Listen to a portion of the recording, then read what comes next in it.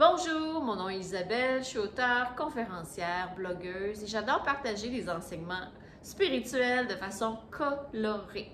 De retour avec une autre capsule, aujourd'hui inspirée d'une artiste russe que j'ai découvert sur les réseaux sociaux. Une femme extraordinaire qui habite à New York et je suis tombée sur son histoire par hasard, mais comme je ne crois pas au hasard, je devais entendre son histoire.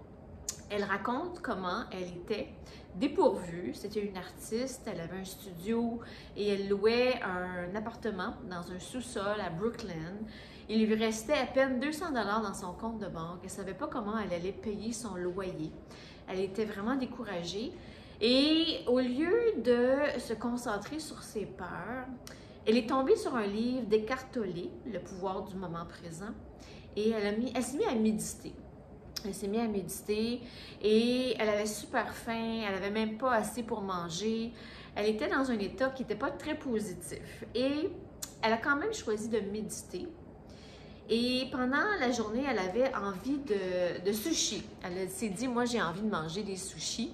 Donc, elle a reçu un texto vers 3-4 heures d'une femme qui l'a invitée dans un événement, un party chez quelqu'un où il allait avoir des sushis. Donc, elle s'est dit, ah, c'est mon signe. Toute la journée, j'avais une envie de sushi, je ne sais pas pourquoi. Donc, je vais aller à ce party-là et au moins, je vais me régaler. Donc, elle est allée au party en métro. Elle a dû sauter par-dessus le métro parce qu'elle n'avait même pas de quoi payer son entrée dans le métro. Et donc, elle se rend au party, elle mange les sushis, discute avec la femme qui l'avait invitée. Et elle lui montre, elle lui dit qu'elle est artiste, peintre, et elle lui montre ses œuvres. Donc, ils ont passé une belle soirée, elle rentre chez elle, elle se couche. Le lendemain matin, elle reçoit un texto de cette femme disant qu'un de ses amis, qui était milliardaire, voulait acheter une de ses toiles pour 6 000 $ comptant. Donc, elle a tout de suite accepté sur le champ, elle a pu payer son loyer et elle a pu même retourner chez elle en Russie pour voir sa mère pendant le temps des fêtes avec cet argent-là. Donc, elle raconte comment elle était vraiment dans un état de panique, mais elle a choisi de ne pas paniquer. Elle a choisi de faire confiance, d'être dans la foi, d'avancer sur son chemin en tant qu'artiste et de se dire que le meilleur soit. Je vais rester dans l'instant présent, je vais rester connectée à plus grand. Donc, l'univers est toujours en train de vouloir nous récompenser, de nous apporter de l'abondance, mais nous, on le bloque. Comment on le bloque? Avec nos pensées limitantes, parce qu'on essaie de trouver les solutions. Des fois, les solutions viennent à nous sans trop d'efforts. Des fois, c'est nous qui devons faire des efforts. On doit aller chercher un emploi, on doit aller chercher des contrats. C'est pas toujours à nous de rester à attendre un téléphone ou un texto pour nous inviter dans des événements. Mais dans ce cas-ci, ça lui a bien servi parce qu'elle a écouté son intuition, elle est allée dans l'événement et elle a rencontré quelqu'un qui a investi en elle et en ses rêves et son avenir. Donc, c'est une histoire qui me parle beaucoup. Elle a ensuite publié une deuxième vidéo où c'est arrivé la même chose. Il est arrivé la même chose. Elle ne croyait pas pouvoir payer son loyer. Elle est aussi mannequin, modèle. Un contrat qu'elle devait avoir avec une entreprise dans la mode est tombé à l'eau quelques jours avant le contrat. Et là, elle s'est dit, je suis vraiment dans le pétrin. Elle est allée dîner avec un ami. Elle lui a dit qu'elle était stressée, qu'elle avait mal dans le dos. Son ami lui a payé une séance avec un chiro et un massothérapeute. Donc, en s'en allant à New York, à Manhattan, pour son rendez-vous, elle croise un homme sur la rue qui commence à jaser avec elle tout bonnement et qui lui dit qu'il était agent d'artiste et qu'il cherchait des artistes à représenter pour sa nouvelle entreprise.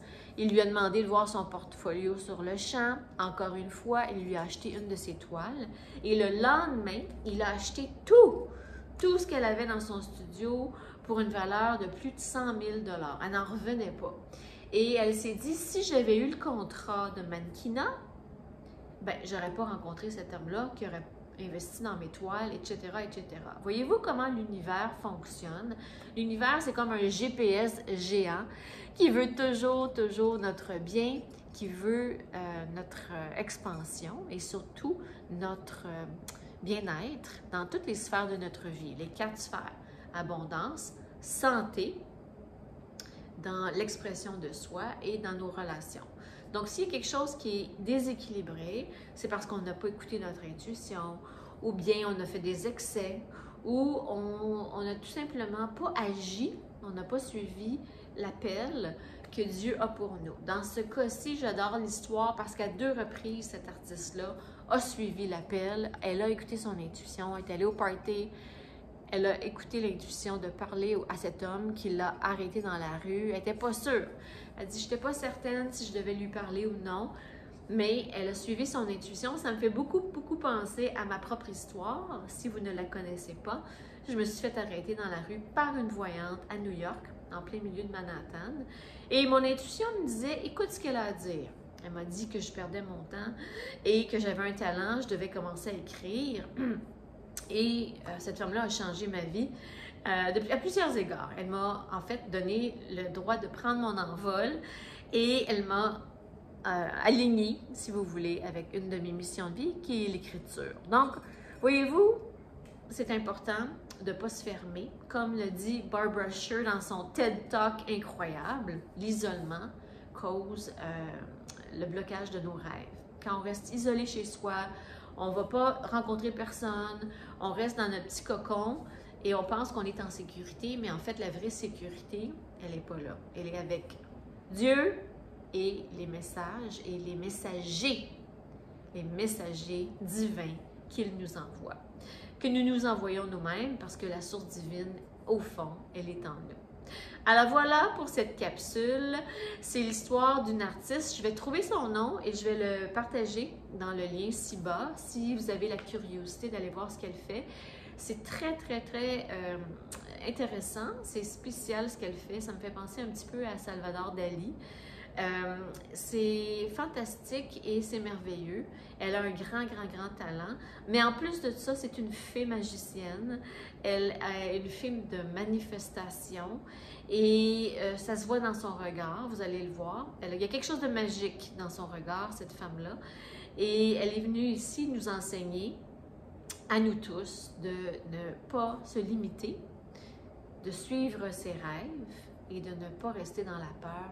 Au contraire, parce que l'univers, Dieu, la source divine est toujours là pour nous protéger. Alors voilà pour cette capsule. Merci de votre écoute, merci de vos partages, merci de vous abonner à ma chaîne et je vous dis à la prochaine pour une prochaine vidéo.